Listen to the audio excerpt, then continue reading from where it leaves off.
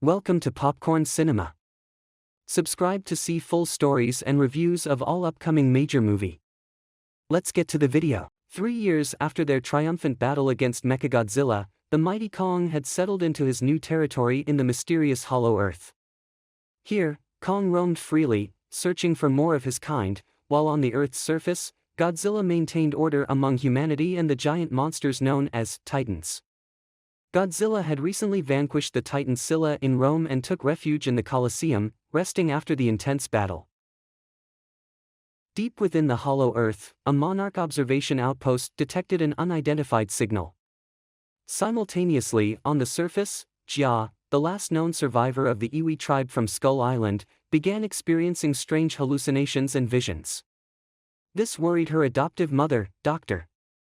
Eileen Andrews, a Kong expert who had cared for Jia for years. Godzilla, too, sensed the signal and left Rome, heading to a nuclear plant in France to absorb radiation.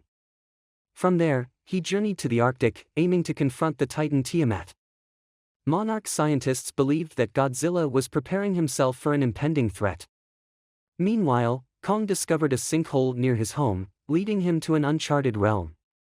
There, he found a tribe of his species, including a young juvenile named Suko. After a brief confrontation, Kong managed to convince Suko to lead him to the tribe's lair. As they traveled together, they formed a bond.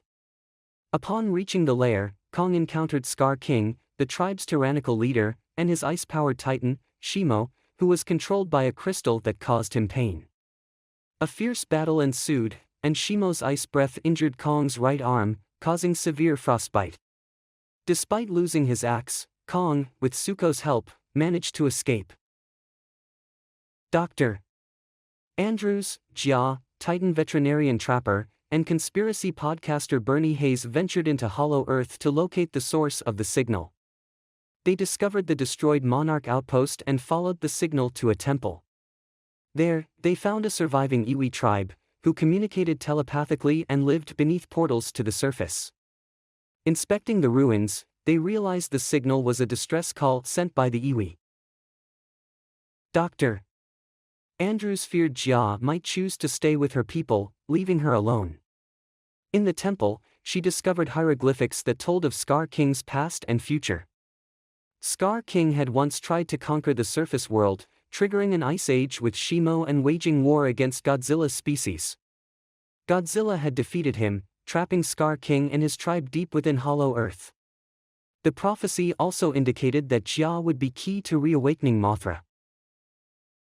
Sensing Jia's presence, Kong found the temple. Trapper fitted Kong with a prototype exoskeletal glove to heal his frostbitten limb. Unbeknownst to them, one of Scar King's loyalists had followed them and reported that the protective barrier leading to the surface portals had been breached. Jia successfully awakened the reborn Mothra. Meanwhile, Godzilla defeated Tiamat and absorbed cosmic radiation from her lair, turning his dorsal plates magenta. Kong surfaced in Cairo, hoping to lure Godzilla to Hollow Earth for assistance. Despite Kong's attempts to communicate, Godzilla attacked him. Their battle was interrupted by Mothra, who led them back to Hollow Earth. There, they confronted Scar King and Shimo. Scar King and Shimo used a portal to escape to the surface, forcing Godzilla and Kong to chase them to Rio de Janeiro. In Rio, Shimo induced a second ice age at Scar King's command. The factions were evenly matched until Suko arrived with Kong's axe, destroying the crystal controlling Shimo. Shimo turned against Scar King, freezing him.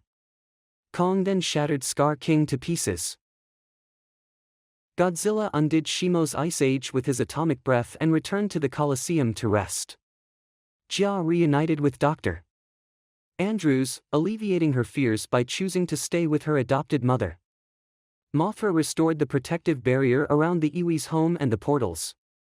Kong, along with Shimo and Suko, returned to Hollow Earth, where he became the new leader of the ape tribe. With Scar King's defeat, peace returned to both Hollow Earth and the surface. Kong led his tribe with newfound wisdom and strength, while Godzilla continued his role as the Earth's guardian. The Titans had once again restored balance, proving that even for fans of the franchise, there are moments of enjoyment, particularly in Kong's battles and the vibrant visuals of Hollow Earth. However, these highlights are overshadowed by the film's numerous shortcomings. Casual viewers looking for a popcorn movie might find some entertainment in the monster brawls, but those seeking a deeper or more cohesive experience will likely be disappointed. In summary, Godzilla X Kong, The New Empire is a film that struggles to balance its ambitions with its execution. It offers glimpses of potential but ultimately falls short, leaving both longtime fans and newcomers wanting more. The anticipation for any new Godzilla movie often comes with a blend of nostalgia and expectation, particularly for those who grew up with the iconic kaiju gracing their screens. My younger brother's near-daily replays of Roland Emmerich's 1998 Godzilla and his subsequent dive into the classic Toho Company films, even the poorly dubbed versions, set a high bar. Over time, I've come to appreciate these films for their campy charm and occasional thematic depth. However, Godzilla X Kong, The New Empire, the fifth installment in Legendary Pictures' MonsterVerse series, seems to miss the mark on both fronts, delivering a movie that struggles to entertain or offer significant commentary. The MonsterVerse has been a mixed bag since its inception, with highs like Kong, Skull Island and lows such as Godzilla, King of the Monsters. Unfortunately, The New Empire leans more towards the latter. The film's primary draw should be the titanic clashes between Godzilla and Kong, yet it fails to deliver consistent thrills or meaningful narratives. The movie picks up 3 years after the events of Godzilla vs. Kong, with the titular monsters ruling over separate domains. Kong resides in the Hollow Earth, while Godzilla protects humans from titans above ground. The inciting incident involves a signal detected by a Monarch observation post in Hollow Earth, triggering erratic behavior in both Godzilla and Jia, Kaylee Hoddle, the last survivor of Skull Island's Iwi tribe. What follows is a convoluted and disjointed plot. Kong discovers a new world with a tribe of his species, while Dr. Eileen Andrews, Rebecca Hall, teams up with conspiracy theorist Bernie Hayes, Brian Tyree Henry, and newcomer trapper Dan Stevens, to locate the signal's source. The narrative splits between Kong's journey and the human character's quest, neither of which is particularly engaging or coherent. One of the film's most glaring issues is its misuse of a talented cast. Despite being top-billed, Godzilla's presence is minimal, limited to a few scenes and a climactic battle. Kong, while more central, is often overshadowed by poorly written human characters delivering exposition-heavy dialogue. Dan Stevens, known for his dynamic roles, tries to inject some life into the proceedings, but his efforts are undermined by the script. His interactions with Brian Tyree Henry could have offered a comedic reprieve, yet the forced humor and lackluster writing stifle their potential. Rebecca Hall's character, grappling with her adopted daughter's place in the world, provides some emotional grounding, but it's not enough to elevate the film. Visually, Godzilla X Kong is a mixed bag.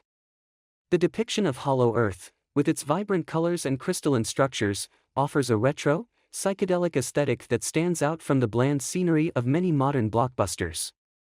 These scenes are a visual treat, providing a refreshing change of pace. However, this artificial world also feels detached from reality, making it hard for viewers to invest emotionally. The Titans' interactions with this environment lack the tangible sense of scale and impact that previous films achieved. Moreover, the character designs, especially Kong's juvenile companion, veer into uncanny valley territory, detracting from the immersive experience. The release of Godzilla X Kong, The New Empire unfortunately coincides with Godzilla -1, a Japanese production from Toho Studios. -1 merges spectacular monster sequences with deep thematic resonance, harking back to the original Godzilla's allegory for nuclear devastation. In contrast, The New Empire offers little in terms of thoughtful commentary, focusing instead on spectacle without substance. Godzilla X Kong, The New Empire is a film that fails to live up to its potential. It lacks the narrative coherence and emotional depth to engage viewers fully, relying too heavily on visual effects and star power. The minimal use of Godzilla, coupled with a convoluted